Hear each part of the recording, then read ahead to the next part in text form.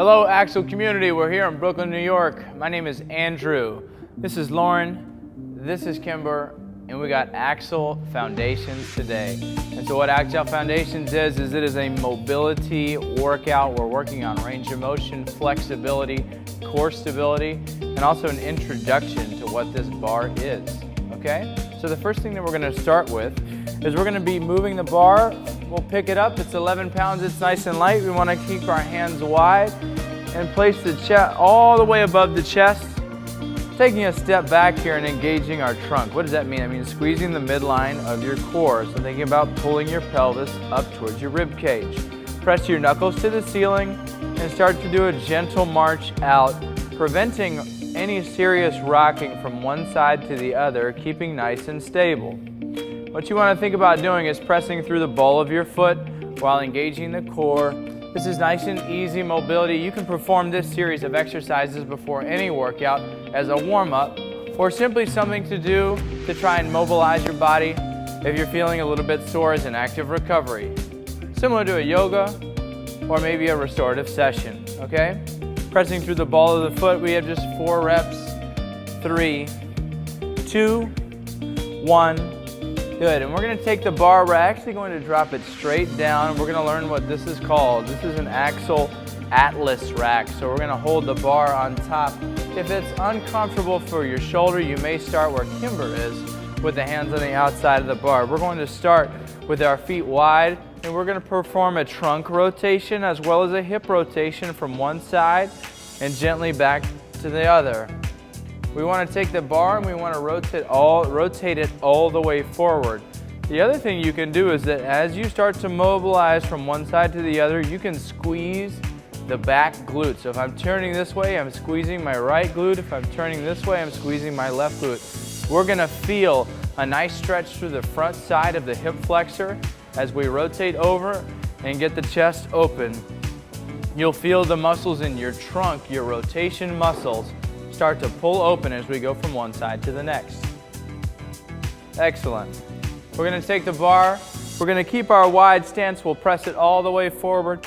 We'll hinge forward at the waist, and that's a word we're going to learn about hip hinging here in just a minute. The feet should be at the wheels, maybe slightly more narrow, maybe slightly more wide, depending on how tall you are and on how high your own wheelbase is. Got that?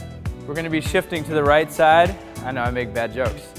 And we're going to drop forward with the arms moving all the way out. We want to lengthen through the inner thigh there and drive up all the way out of that seat. So we're going to take the opposite toe and turn it up. Pulling the heel up off of the ground if we can. That's going to destabilize us and put more weight in the outside hip. Keep moving. We'll see Lauren and Kimber as well moving, and it's going to be a partial hinge forward at the waist. But your goal is to keep your back up nice and tall. You don't want to be moving too far forward and caving into what we call lumbar flexion. We'll get 3 more repetitions. Keeping the chest open, opening up the hips. If you want to use your wheel for stability, you can put your hands on top of it as we go from one side to the other. Last one, this direction.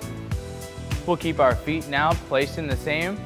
Before we fold forward at the waist, putting your hand directly over top of the X. We're going to keep our neutral cervical spine. Draw your left hand up and reach open towards the ceiling. If you can, keep your legs pressed open so that you feel a stretch, and we'll rotate to the opposite side. Nice and tall. Think about leaning back with the palm of the hand as well as the elbow, so that the elbow, wrist, and shoulder are all in the same line pointing towards the ceiling. Nice tall reach, slowly getting just a bit further from one side to the next. We have the last rep coming on the opposite side. A deep breath, a big rotation, open. And again, this series of exercises for anyone getting started trying to open up their body and learn how to move properly. Coming back in, we're gonna walk to the midline once again. Keeping your right foot forward, directly underneath the center of the bar. We're going to be standing on this leg and hinging forward so that our hands touch the wheels, or the index fingers can come into contact with these knurling marks. These are also called rings for slang, so to speak. And we're going to keep this position. I'm going to the side so that you can keep and see how my hips are flat and corrected. If you need to come up to the top so that we don't flex at the trunk, then do so. And then we'll slowly take that back leg, we'll lower it to the ground and then re-extend it all the way nice and tall, keeping a flat hip from one side to the other. Try squeezing your trunk and separating the bar at the bottom and you'll feel an active core brace. That's a big part of what Axl is all about. This tool is designed to promote active core bracing. We're going to take the left leg, we're going to push it back down to the ground right next to the right.